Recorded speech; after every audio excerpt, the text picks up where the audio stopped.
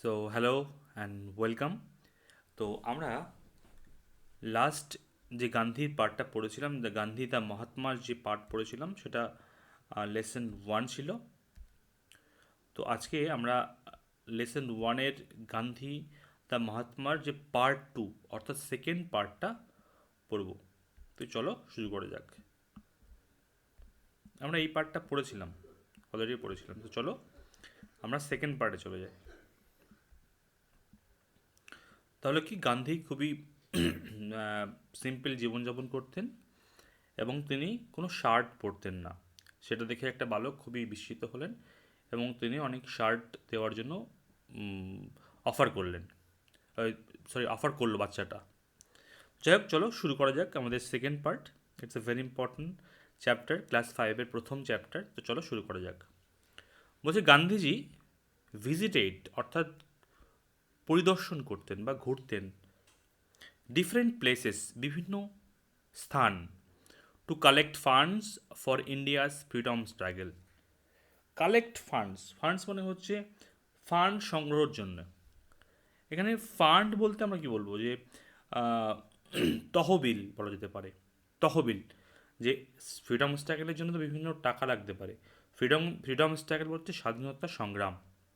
গান্ধীজি এখানে এটা ওই 1920 নাগাদ হবে, ঘটবে এই সময়টা, এই সময়কালে। তখন ভারতবর্ষ ব্রিটিশদের অধীনে অর্থাৎ ইংল্যান্ডের অধীনে।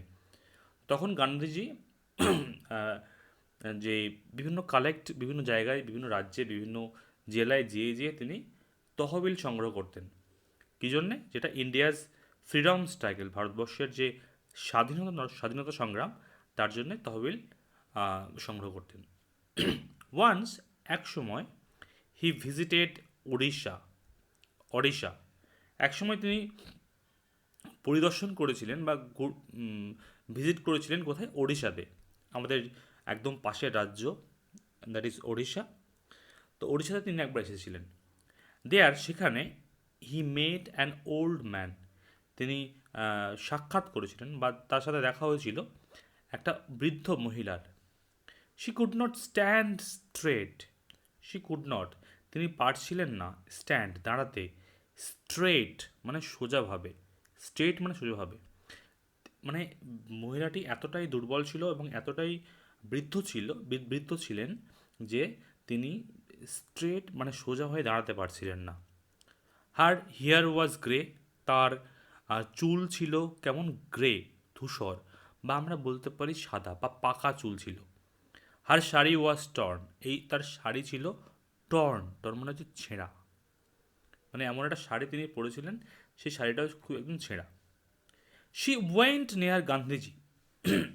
শি ওয়েন্ট, এই মহিলা, এই বৃদ্ধা, ওয়েন্ট নিয়ার গান্ধীজি, গান্ধীজির কাছে গেলেন, অ্যান্ড এবং টাচড হিজ ফিট, এবং গান্ধীজির পাকে স্পর্শ করলেন। বৃদ্ধা মহিলা, তথাপি তিনি গান্ধীজির পাকে স্পর্শ করলেন। দেন, এবং তারপর, শি গেভ হিম, তাকে দিলেন। কাকে দিলেন? সেই মহিলা গান্ধীজিকে দিলেন এ কয়েন, একটা কয়েন, একটা মুদ্রা। মানে আহ, একটা কয়েন দিলেন গান্ধীজিকে। Jamnalal Bajaj duty was to keep the funds, বলছে এই যে তহবিল বা ফান্ডসের টাকাগুলো রাখার দায়িত্ব ছিল কার কাছে? ডিউটি মানে দায়িত্ব ছিল, ওয়াজ টু কিপ রাখা, দ্য ফান্ডস এই তহবিল রাখার দায়িত্ব ছিল জমনলাল বাজাজের কাছে। তাহলে কি, যখন গান্ধীজি টাকাটা পেলেন, তখন গান্ধীজি কী করবেন? নর্মালি সেই টাকাটা বাজাজের হাতে তুলে দেন। এটা নর্মালি হয়ে থাকে। কিন্তু কি হলো, হি আক্সড গান্ধীজি, এই জমনলাল বাজাজ আক্সড বললেন গান্ধীজিকে ফর দ্য কয়েন, কোন কী জন্য? এই মুদ্রাটা দেওয়ার জন্য বললেন, যে গান্ধীজি কয়েনটা আমার কাছে দিন, আমি রাখি। নর্মালি সেটাই হয়। বাট, কিন্তু গান্ধীজি রিফিউজড, গান্ধীজি প্রত্যাখ্যান করলেন, না করে দিলেন, যে না, এই কয়েনটা আমি দেবো না। জামনলাল ওয়াজ সারপ্রাইজড, জামনলাল খুব অবাক হয়ে গেল, সারপ্রাইজড হয়ে গেল। I keep thousands of rupees, বলছে আমি হাজারে হাজারে টাকা রাখছি। জামনলাল বলল, বলছে আমি হাজারে হাজারে টাকা রাখছি, জামনলাল বলল। তারপর কী হচ্ছে তো দেখি। তখন গান্ধীজি বলছে, দিস কয়েন, বলছে এই যে বিশেষ কয়েনটি বা এই যে মুদ্রাটি ওই বৃদ্ধা দিলেন গান্ধীজিকে ইজ ওর্থ মূল্য মাচ মোর দ্যান থাউজেন্ডস, বলছে এই হাজারে হাজারে টাকার much more than those thousands, বলছে ওই যে হাজারে হাজারে টাকা তার থেকে বেশি much more worth much more মূল্যবান এই এই যে কয়েনটি। গান্ধীজি টোল্ড হিম, গান্ধীজি তাকে বলল, গান্ধীজি জামনলাল বাজাজকে বললেন যে এই যে কয়েনের মূল্যটি ওই হাজার হাজার টাকার থেকে বেশি মূল্যবান।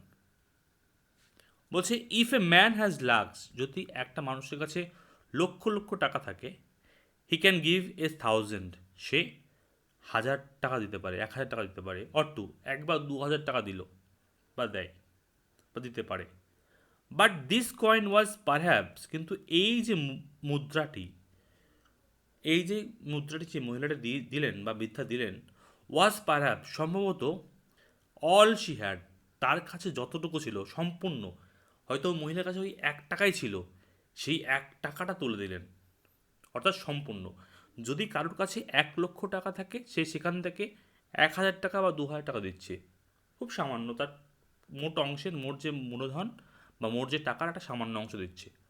কিন্তু এই যে মহিলা বা বৃদ্ধা যে টাকাটা দিলেন, সেটা হয়তো সেই বৃদ্ধার কাছে সর্বোচ্চ, মানে তার কাছে ওই 1 টাকাই ছিল, সেই 1 টাকাই দিলেন, কেননা সেই মহিলা খুবই দরিদ্র, হতদরিদ্র, তিনি দাঁড়াতে পারছেন না, তার শাড়িটা ছেঁড়া, তথাপি তিনি গান্ধীজিকে পায়ে স্পর্শ করলেন এবং তাকে সেই মুদ্রাটা দিলেন। হোয়াট এ স্যাক্রিফাইস, বলছে কি বড় বলিদান, বলছে হোয়াট এ স্যাক্রিফাইস, এই যে 1 টাকাটা দেওয়া, অর্থাৎ তার সব টাকাটাকে দেওয়া, এটা একটা বিরাট বড় স্যাক্রিফাইস, বিরাট বড় একটা উৎসর্গ। স্যাক্রিফাইস মানে বলবো বলিদান।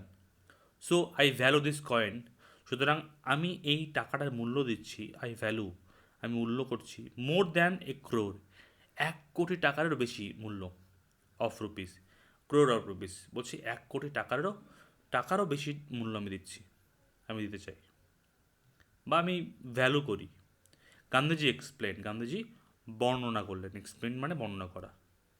হি কেপ্ট দ্য কয়েন, তিনি রাখলেন, কিপ মানে রাখা, কেপ্ট রাখলেন, দ্যাট কয়েন ওই কয়েনটি বা ওই মুদ্রাটি উইথ হিম ফর এভার, তার কাছে সারা জীবনের জন্য, ফর এভার মানে সারা জীবন। ঠিক আছে, তো এই হচ্ছে আমাদের পার্ট 2 হচ্ছে।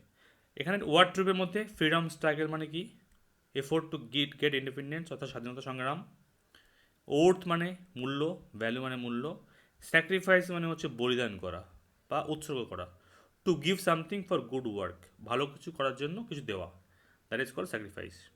সো এটা ছিল আমাদের আজকের ভিডিও, দেখা হচ্ছে পরের ভিডিওতে, till then take care, good by.